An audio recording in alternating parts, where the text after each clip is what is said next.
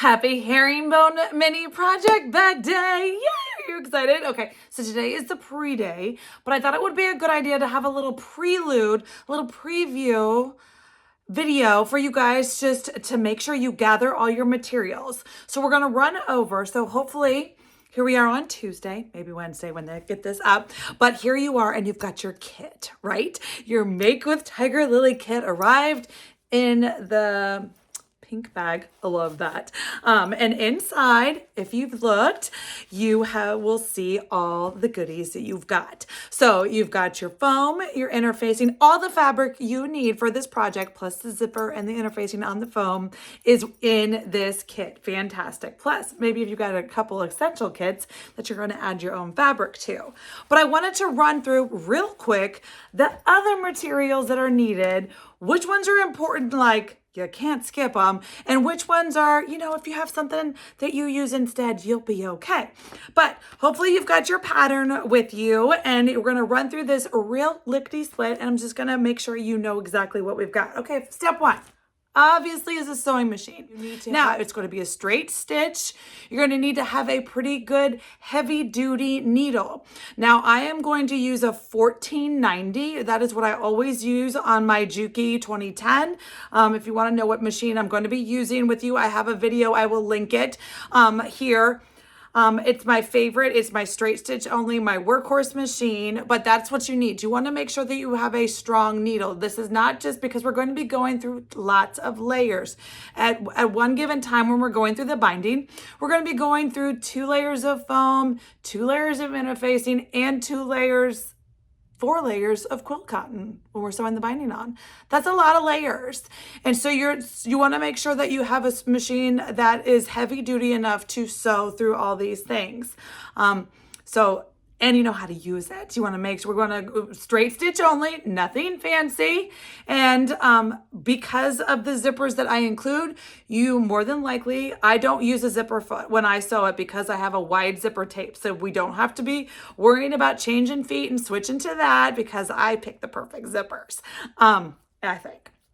So hopefully you're just going to have a nice 1/4 inch seam foot because we're going to be using a 1/4 inch seam for most, if not all, of the stitches we're going to be used. So just make sure you are comfortable with your machine sewing on a 1/4 inch with a heavy duty needle. Okay, important project 1.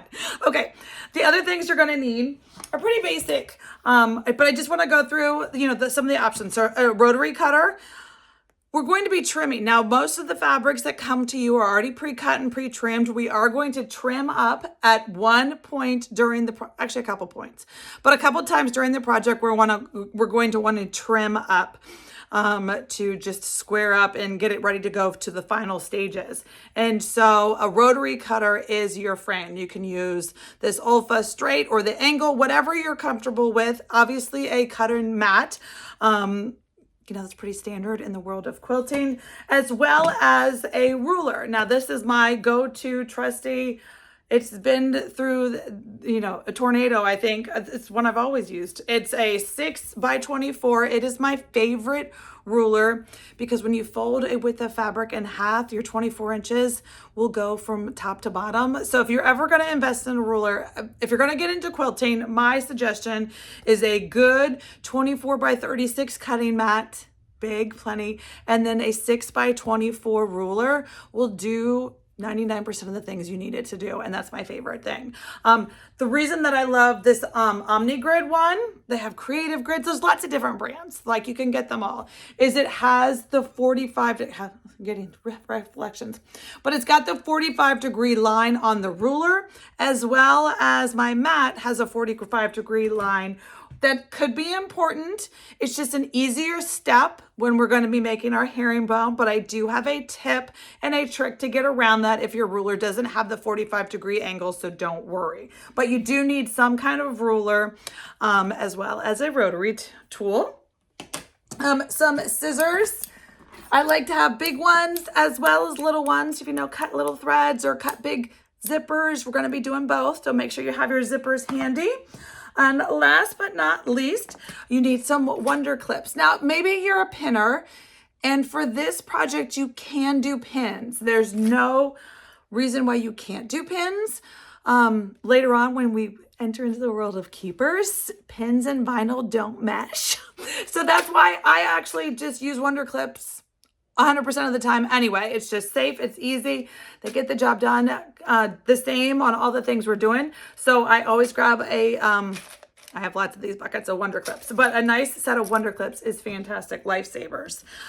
These are and then lastly, you need some kind of disappearing ink pen.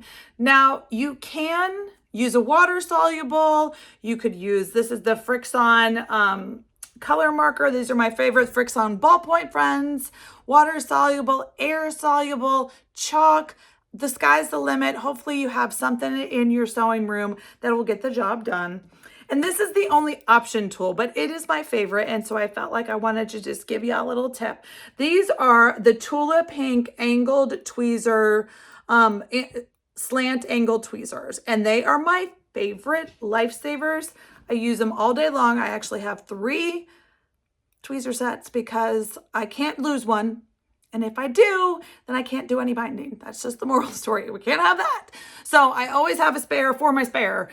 So far I haven't lost any, but these are my favorite binding tools because it's kind of like a stiletto and a tweezer. I had a baby and this slanted tweezer, it's my favorite. So it's my favorite for machine binding. I always have it and that's what I've got. So that is the moral of the story. Those are all, and then an iron. Almost forgot, it's right over there. I just didn't pick it up. You will need some kind of iron as well as either an ironing board or a wool pressing mat. Whatever you have will work, I'm sure.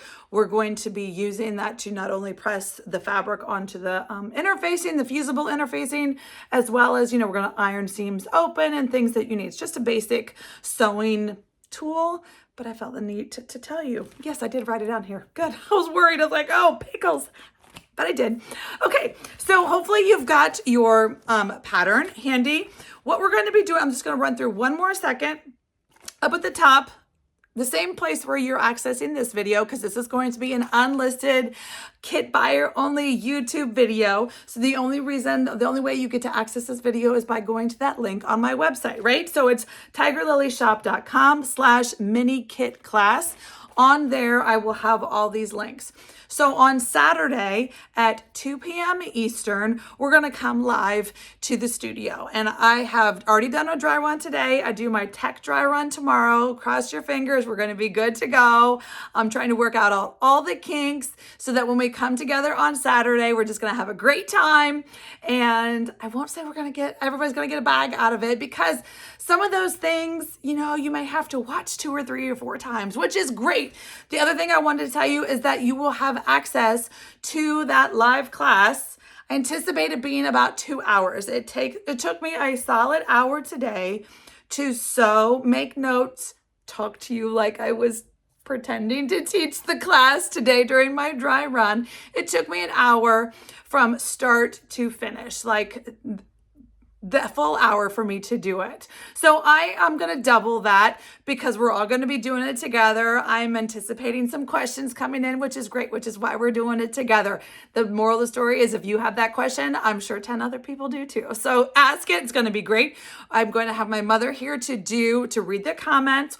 Maybe we're just going to have to see how it goes, whether we're going to stop, take a break, do a little Q&A session, and then go back to making the bag. Maybe that's sometime you can catch up. But it's one of those things where you might be watching and you can't watch and do at the same time some of the steps, but some of the steps you can.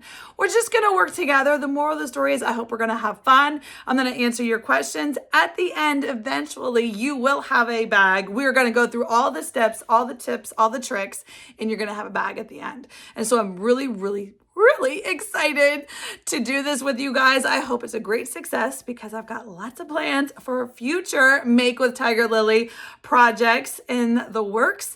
So I am so thankful for your support. I'm excited to come together to sew with you on Saturday. But I did want to answer the question, I didn't think I did, that it will be on repeat. So if you can't make the live Saturday, don't worry, we'll miss you.